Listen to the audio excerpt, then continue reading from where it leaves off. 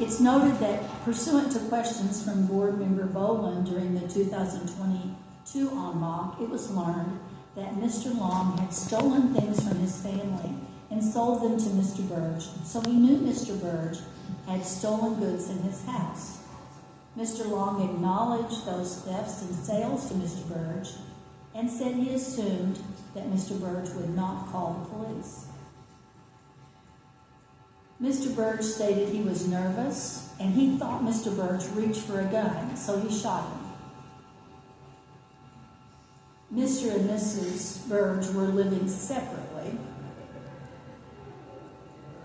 so he was surprised when she arrived. During questioning from Mr. Boland during the 2022 en banc, he admitted that she did not immediately die, and he shot her the second time. Mr. Long acknowledges the facts of the crime. He takes full responsibility, acknowledges the damages caused, and is remorseful for his actions. He stated he wrote a letter of remorse to the Burge family, which is included in his file. He stated that he knows he destroyed both families and his own. He stated that he's sorry, and that's not good enough. As far as criminal history, I would note that there are no other adult convictions prior to the holding offense. As for institutional adjustment, I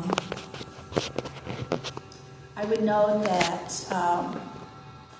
he joined the Army as a young man as a condition for having his parole terminated. He served 2 years and was discharged status of other than honorable. He acknowledged that as a young man, it was difficult for him to follow directions from those in authority. Mr. Long is in the general population with a cellmate who serves as his aide and assists him with getting his tray, wheelchair mobility, cleaning his cell, laundry, and making purchases from the commissary. He stated that he lays down after his shower because he's so tired. He's able to walk about 20 feet, and he can transfer himself from the wheelchair as needed. He said his memory is good. He says he stays to himself and enjoys Scrabble and television. Mr. Long has a positive disciplinary record. He had 5 major tickets and 1 minor ticket from 1998 to the present, including a 2013 ticket for possession of unidentified pills and a 2014 contraband ticket for medication misuse. He's had no infractions for more than 10 years. He reported that he spent A grade for more than 15 years. Mr. Long completed his GED as well as several vocational certificates.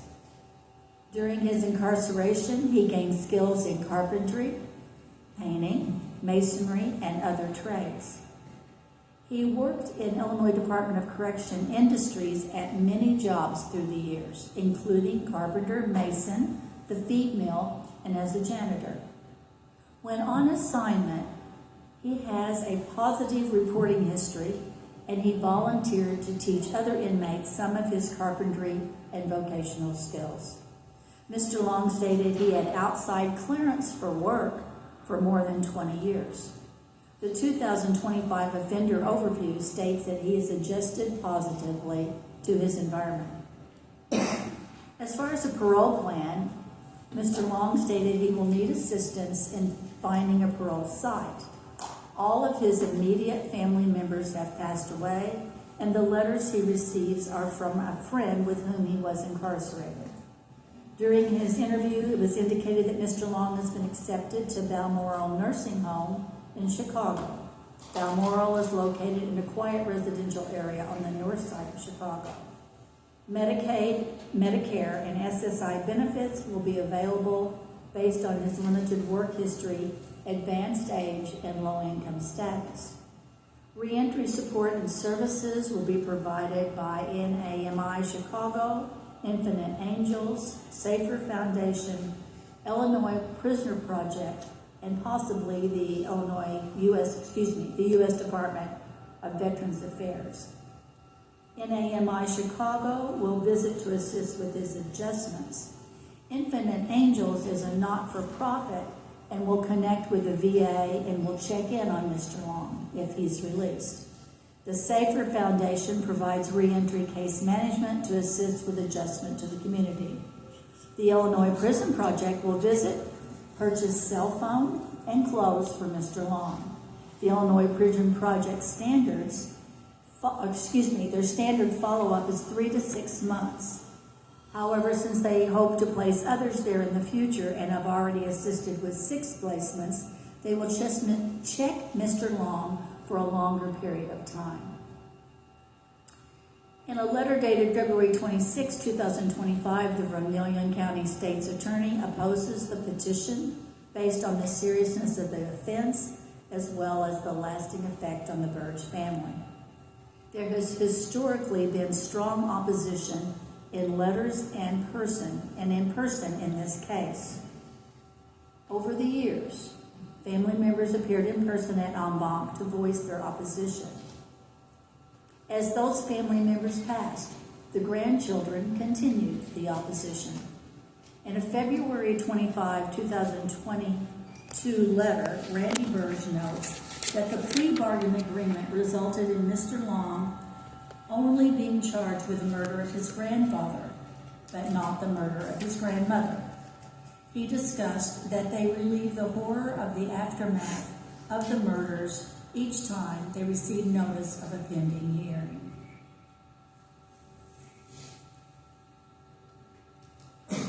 As far as supports for his release, there is a May 2025 letter of support from Mr. Long's aide who assists him, and it's his cellmate. And there's also a letter from a former inmate who was his friend. As far as en banc history, Mr. Long's first consideration for parole was in 1974. This is Mr. Long's 31st time to come before the Prisoner Review Board. He's been denied 30 times. He received 9 3-year sets, including in 2022. In 2021, he was denied with a vote of 9 to 3, and in 2022, he was denied with a vote of 8 to 3. And at this point, I would ask if there needs to be any clarification or information from the attorneys. Thank you very much. Should we swear Jesse in before we get started? Or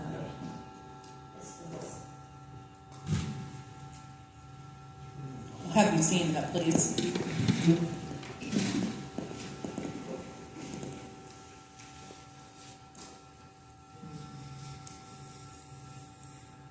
Do you solemnly swear or affirm that the testimony that you will give in this hearing will be the truth, the whole truth, and nothing but the truth, so help you God?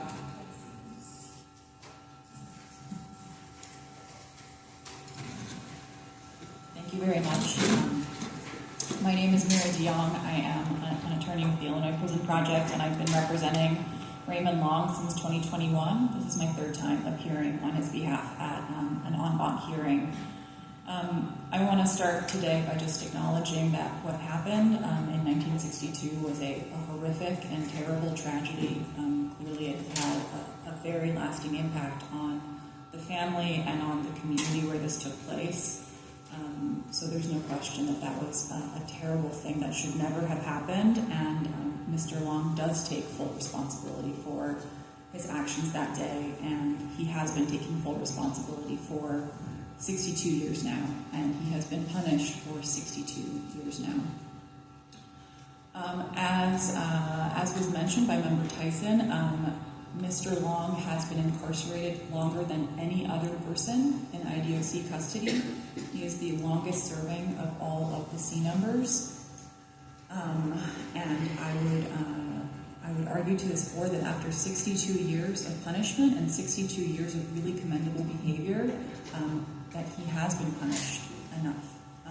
He committed this crime when he was 19 years old.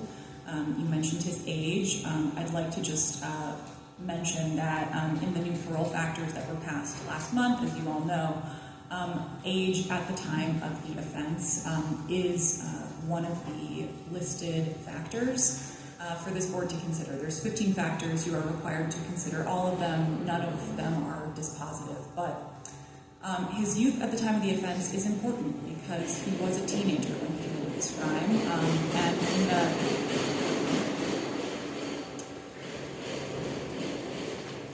I'm waiting for that to pass. In the 62 years since he committed this crime, our society has had a complete transformation in what we know about juvenile brain development and how we treat young people in the criminal legal system. He was a teenager when he committed this crime. He was uneducated, and he was at a developmental stage that is now frequently referred to as late adolescence, which means that the parts of his brain that can accurately assess risks and consequences, the parts of his brain that were responsible for impulse control, those parts of his brain were still developing at that time. So his youthfulness has always been an important factor in this case, but it is especially important now that Senate Bill 19 has been passed into law. Another factor from that new parole statute that I would highlight is Factor 8, which is the petitioner's family and home environment and educational background. You mentioned his family was physically and verbally abusive to him. He had very limited education, dropped out of school in the 8th grade. At the time when he committed this crime, he was supporting a family of 8 on his minimum wage salary, cleaning chicken houses. Absolutely none of this excuses the horrible crime that he committed, but these are important context pieces, and they are mitigating factors that are specifically outlined by the new statute. You mentioned that Mr. Long will finish serving his maximum sentence in March 2026. So he has, by my calculation, he has just about 8 months remaining until he served his maximum sentence. He received a 90 to 150 year sentence, and he has now served almost the maximum because of all of the good time that he has earned in prison through his good conduct. 8 months might not sound like a lot to this board. That might not feel like a big deal, but 8 months do mean a lot to Mr. Long. And at his age, and with his health problems, and after 62 years in prison, 8 months is significant to him. At his last parole hearing, the plan was for him to go to a halfway house. That's no longer a viable plan because of how his health has continued to decline. And the plan now is for him to spend the rest of his days in a nursing home. And that's partially why we have Jesse here with us today to testify about the nursing home. At this point in his life, having those 8 months to start rebuilding whatever small life is available to him outside of prison, now that everyone he knew has died, that really is a big deal to him. And it may seem like a small thing to the board, but it's huge for him. I do think this is related to several other factors in the new parole statute. One of those is the person's medical conditions or evidence of serious medical conditions. Mr. Long is now a small and frail and elderly gentleman. He spends most of his time hunched over in his wheelchair. After 62 years in prison, he looks older than his age of 82. He has experienced kidney failure and was hospitalized earlier this year for about 10 days, treated for kidney failure. He has diabetes and irregular heartbeats and a number of other health concerns. But this is part of why, the plan that existed at his last hearing for him to go to a halfway house is no longer a viable plan. Another factor that I would like to touch on is the disciplinary record. You did mention he has a very positive disciplinary record. He hasn't gotten a single ticket in over a year now. He's gotten very few tickets in the past few decades. The disciplinary record is one of the listed factors under factors 11 and 12 in the parole statute. Rehabilitation is another important factor that's listed in the statute. You mentioned that he worked for industries for many years. If any members of this board are not familiar with what Illinois Correctional Industries is, this is actually the most prestigious employment opportunity in IDOC. It is the highest paying job. They are the most difficult jobs to get. To qualify for it, you do have to have a very positive record and a very positive disciplinary record. Not a lot of people are given the opportunity to work for industries, and the program actually offers vocational training and has a lower rate of recidivism than the general recidivism rate for all of IDOC. And Mr. Long did work for industries for 27 years, so that is a big deal.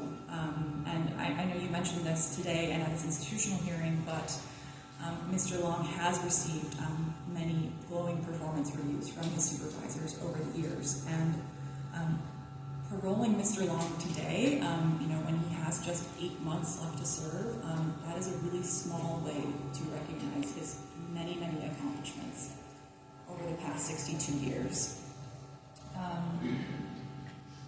Mr. Long has been consistent in expressing his remorse for this crime. And I did review all of the prior parole hearing minutes before this hearing. And going back decades, there have been comments in the record about him expressing very sincere remorse and him continuing to take responsibility for what he did. And throughout the record, there's also a lot of praise for him for what he's done in prison and for his disciplinary record and for the jobs he's held and for all the commendable behavior that he's had and for doing all of the things that we want to see incarcerated people doing. So I really do think that he has done everything he possibly can, to show that he is worthy of parole. And what it feels like it has continued to come down to is punishment and the question of, has he been punished enough? But I would argue that after 62 years in prison and having been incarcerated longer than literally anyone in the IDOC system for the crime he committed when he was 19, that he has been punished enough. Let me see.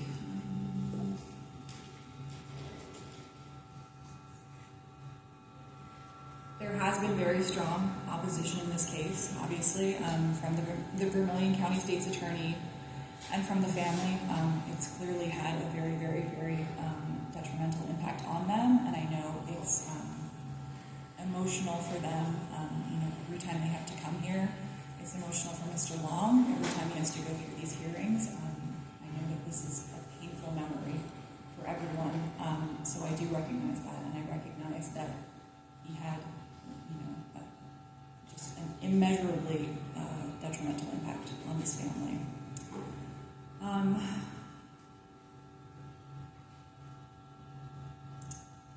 But for decades now, I think that this board's primary focus has been on the question of what Mr. Long did 62 years ago and the details of that crime. And there's no question that those details are horrific. And that this was a terrible crime, but for many decades this board has decided that in spite of his incredible disciplinary record and in spite of his many decades of professional accomplishments and in spite of his continued expressions of remorse and his continued willingness to take responsibility and his declining health, that regardless of that he should continue to be punished for what he did when he was 19 years old.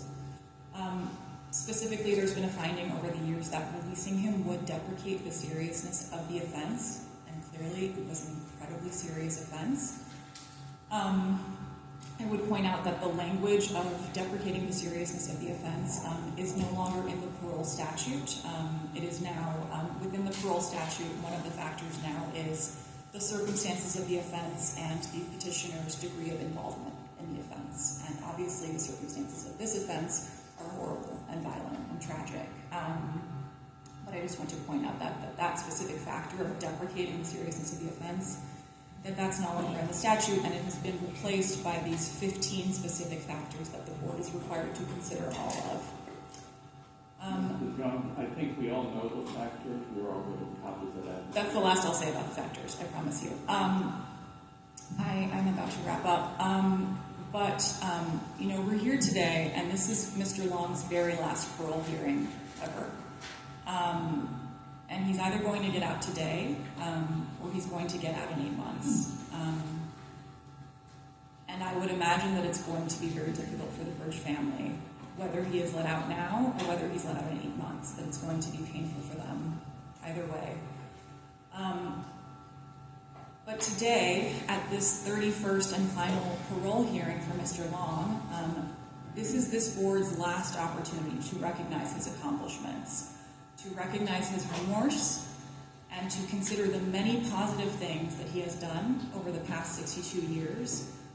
And it is this board's final opportunity to send a message to Mr. Long and to other incarcerated people that, that they are not being judged solely on the basis of the worst thing that they have ever done, and that their accomplishments in prison matter too.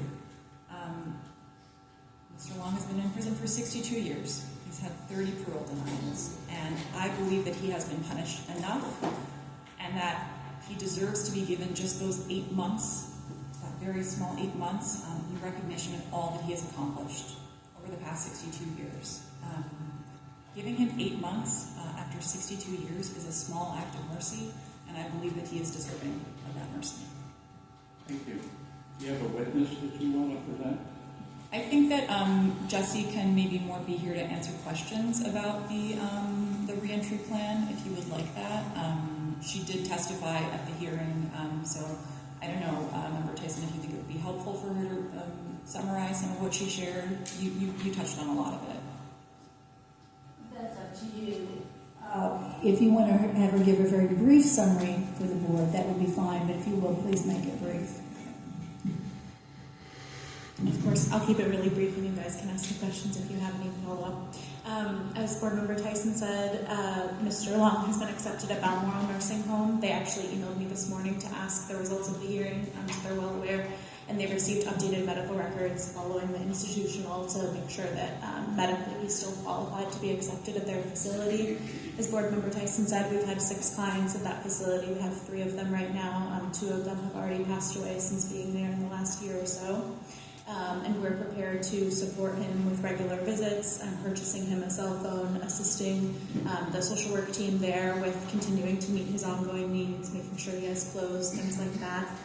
We, all of our clients who are at nursing homes have the option to be supported by NAMI Chicago, which is the National Alliance on Mental Illness Chicago, and they specifically have supported our clients in nursing homes in recognition of the really hard emotional transition that it can be for anyone going to a nursing home. There's a lot of grief associated with losing your independence and being in that setting, and for somebody coming from prison, as Mr. Long has for so long, it can be an even harder transition, so we're really prepared to emotionally support him through that process. And we also made a new connection with an organization called Infinite Angels that Board Member Tyson mentioned, that just was founded and is available to also visit Mr. Long, and they have a direct connection to the Veterans Authority, and so they're interested in helping further connect him to the VA and also visit Mr. Long as one of their first clients since they're a new nonprofit. So I'm happy to answer any other questions and hope you consider Mr. Long's firm commitment and acceptance at Balmoral when you're thinking about the case.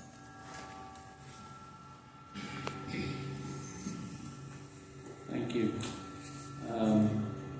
I think we can now hear from the Birch family, so we would like to make the presentation at this point. My name's Doug Burke. I'm the youngest of the grandkids. My dad was son of Henry Newman. We grew up all our life hearing about this tragedy. I was 6 years old when this happened. I'm 68 then. Young counsel over here wants to describe Frank Long as a model inmate.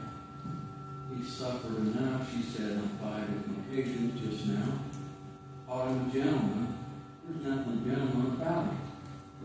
He's been an inmate a long, long time, the longest still incarcerated in Illinois. What does that got to do with anything? Talk about him suffering and all this being incarcerated. How about me? How about my suffering, counsel? Oh, Sir, you're going to direct your comments to us. Yes, ma'am. But nothing's ever said about the suffering of the family. Inmates have all kinds of programs while they're incarcerated to help them. Work in the industry, yeah, that's the best job you can have as an inmate. He had other jobs, he had all other kinds of stuff. In his younger years, he had a lot of tickets coming. He loved to gamble. He had all kinds of stuff going on when he was younger. He threatened people, he threatened the warden one time. So, being a gentleman is offensive to me, and I know he's getting close to his MSR date and all that. What's that got to do with it? I grew up my whole life from 6 years old on, and I still remember my grandparents standing right in that same living room where they were murdered. The house is still there today. I drive by it every day. And knowing that that's where they got killed. Yeah, I'm a little upset. I've been doing this parole stuff for many, many years, just like, not 31 years. I was still in high school in 74 the first time. My oldest brother here. He's older than me, so he remembers more than me. Raymond Long admitted that he killed both of them. He admitted that he took $2,500 from them. That doesn't sound like much money at this time. But $2,500 in today's dollar value is $26,611. I wouldn't say that's insignificant. Now I asked the board, he's gone through this whole thing, and the whole process. It's a pain for us. Every year we dread this. We've been dreading this for years. My dad was one of 9 siblings. Before he died in 2015, he asked me. He said, when I'm dead and gone, will you continue to go to the board and protest? Can you promise me that? And we have. My brother and I have. There's all kinds of cousins. There's all kinds of families. It's not just us. There's several that's still alive.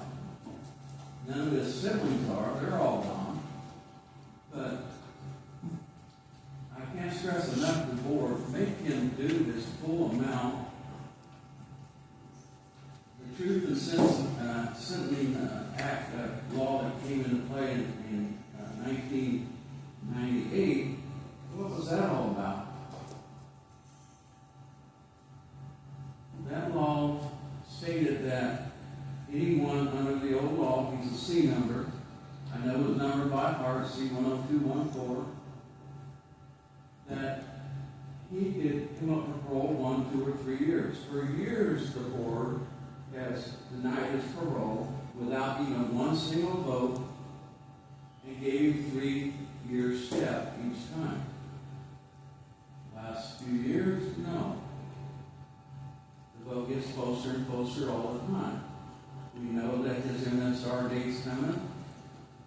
Truth and Sentencing law says that anyone convicted of first-degree murder, was it first-degree murder? Because this sentence says murder with intent to kill. That's all it says. It doesn't say first-degree or not.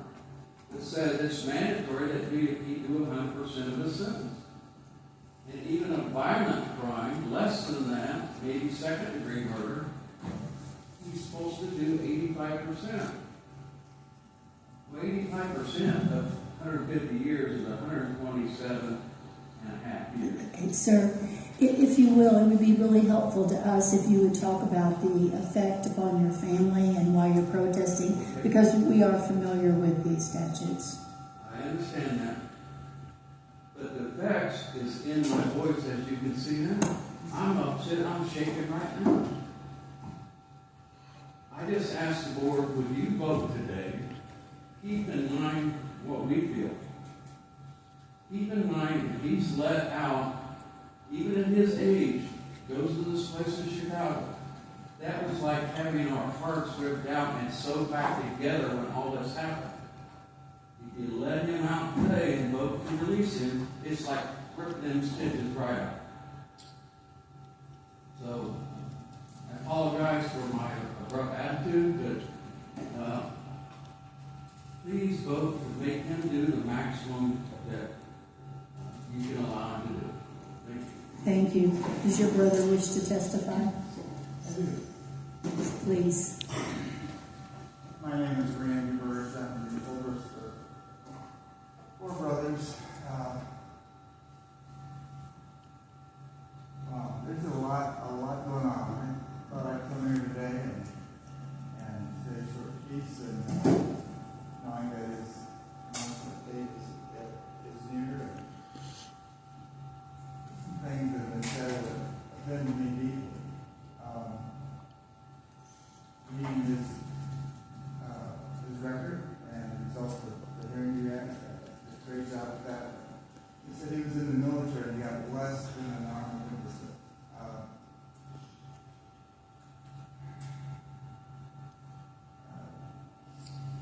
Discharge. He screwed up in the army. They threw him out before that meant. Saying he was 19 years old and his mind wasn't fully developed. And so he's not responsible for his actions because he was a teenager. If I may?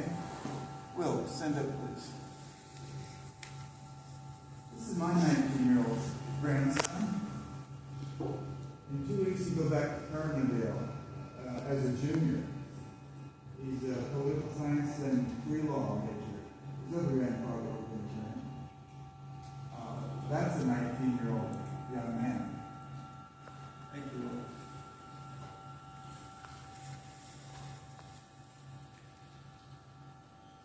A little backstory.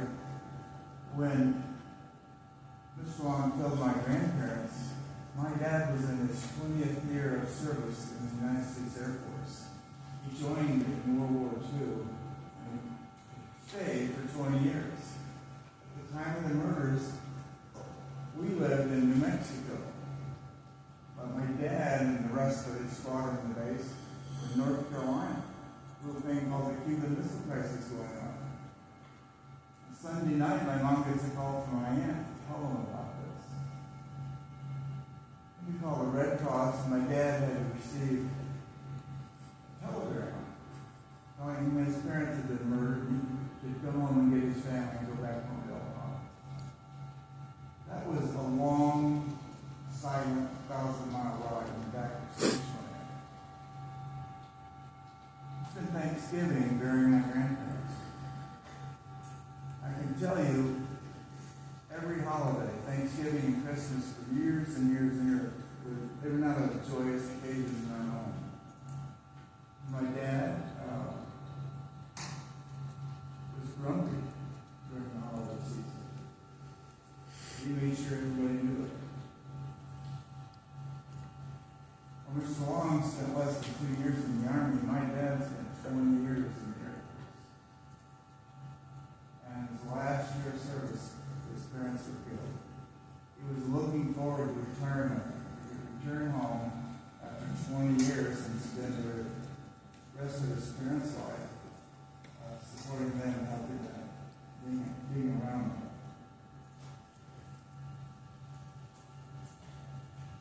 We've been doing these parole hearings forever, it seems like. I was in the Air Force for 6 years. And I was discharged in December of 75, so I missed the first parole hearing. But every month thereafter, I've been there. The chairman once asked me years ago, well, Randy, what do you want?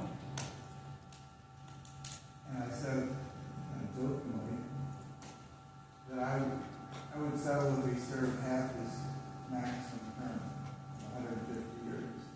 That'd be 75 years. It's only 13 years away. Apparently, a change in the law requires you to set him free in 8 months. And I beg you to do that in 8 months. Parole him now would be an insult to my parents, my aunts, and uncles, all my brothers, my family. It would be an insult for you to do that.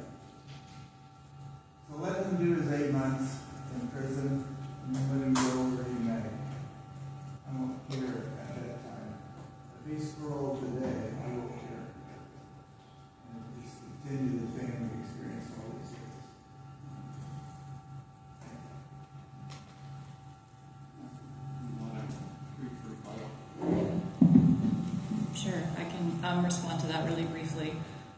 I'll start by just saying again that this was a terrible, terrible crime.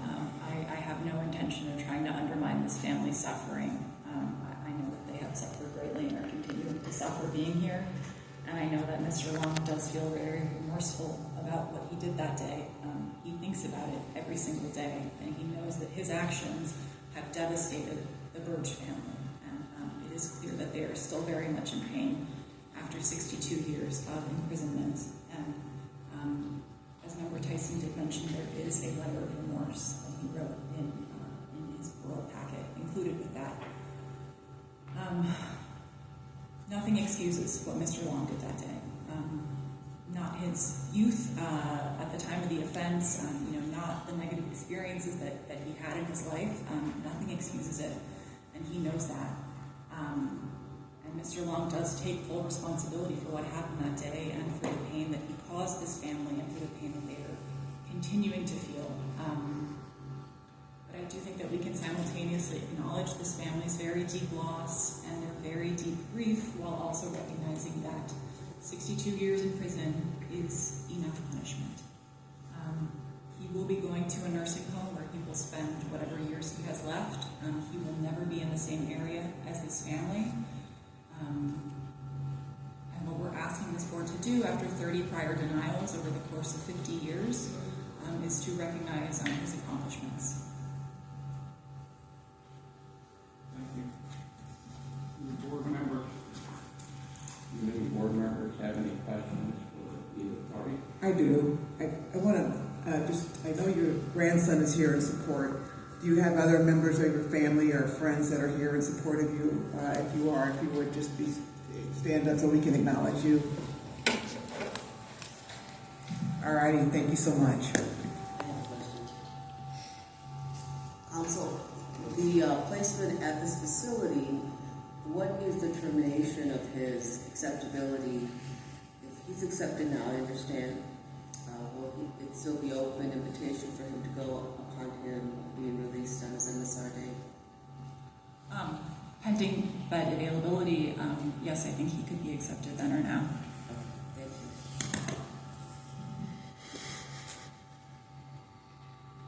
Any other questions?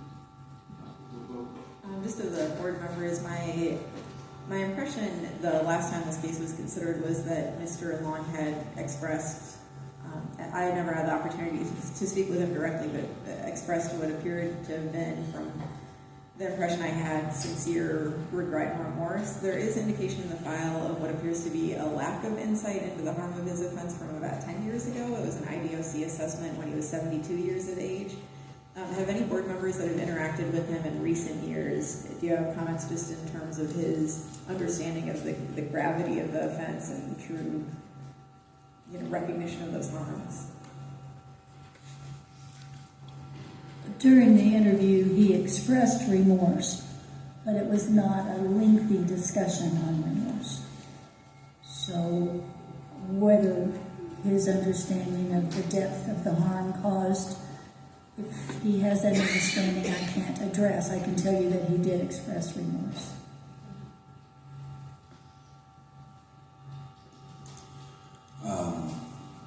I think there was certainly remorse expressed in 2022. The question of remorse tied to accountability came up because in 2022, that was the first time that I think we had any record of him admitting that Miss Burge was not did not die because of the accidental shot, but that in fact he had carried out other aspects of the crime, found another gun, returned, found her to be alive, and fired an execution shot instead of rendering aid. And that accountability only came out in 2022 and only as the result of the interview. So I think those two pieces became intertwined again. May I respond briefly as well? I would again ask this board to read through the letter that he wrote that's included in the packet. You can hear from him directly what his reflections are on his remorse. I would also like to address the point of the second shot, because I know that was something that was discussed quite lengthily at the last hearing, and that is a terrible detail either way. There was, I know, concern at the last en banc about how the board had never before heard that Ms. Burge was still alive at the time of the second shot, and there was perhaps a concern that maybe Mr. Long was being dishonest or inconsistent. My understanding from my conversations with Mr. Long in the years that I've known him is that he shot her the second time because she was not dead yet. That is not a flattering detail. That is not a flattering thing to reveal. Perhaps she could have been saved at that point. Perhaps Gabe could have been administered. So it's a horrific detail, but it's one that he offers to be forthcoming with his board. And I was also curious about whether this was something that had been discussed in the past. So again, I did go through all the prior minutes from all of the prior parole hearings.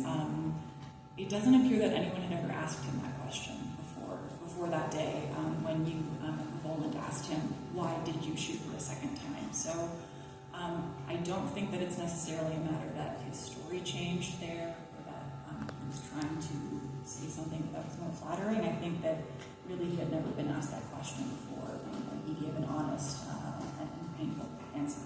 So that's all I'll say on that point. Thank you. Does any of the board members have any further questions? Mr. Bird, do you want to say one other thing? Just one other, and it's short. I just want to make it quick, let you have something I know you don't know. First of all, from the time the murder was committed on November 27, 1962, he was not arrested until January 13, 63. That's 47 days he's on the run. So I know you're aware of that. And another thing that really upset our family for years and years and years, at that time, the police chief of Brookston, Illinois, his name is Ed Warner, was contacted by Detective Magazine. He sold Detective Magazine the investigative photos of him dead on the living room floor in pools of blood. I have that magazine still at home that was given to me by my aunt many years ago. That magazine was on sale everywhere in town forever, and that really upsetting us. Just Yep. want you to know that. Yeah, I understand, but that wasn't anything that Mr. Long did at that point. No, it wasn't anything in it. It just increases the trauma that our family had. Okay, well, That's all. thank you. Any other questions? Seeing none. Tyson, do you have a motion at this point? Or do you? I do have a motion at this point. Considering all of the statutory factors, my motion is to deny parole. I will second. All right, motion's been made and seconded to deny parole.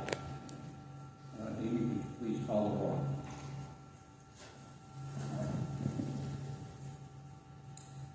Ms. Tyson, Yes.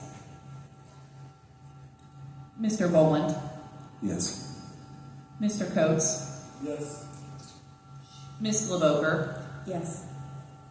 Mr. Grubbs, Yes. Ms. Schaffner, Yes. Ms. Tarones, Yes. Mr. Tooby, Yes. By a vote of 8-0,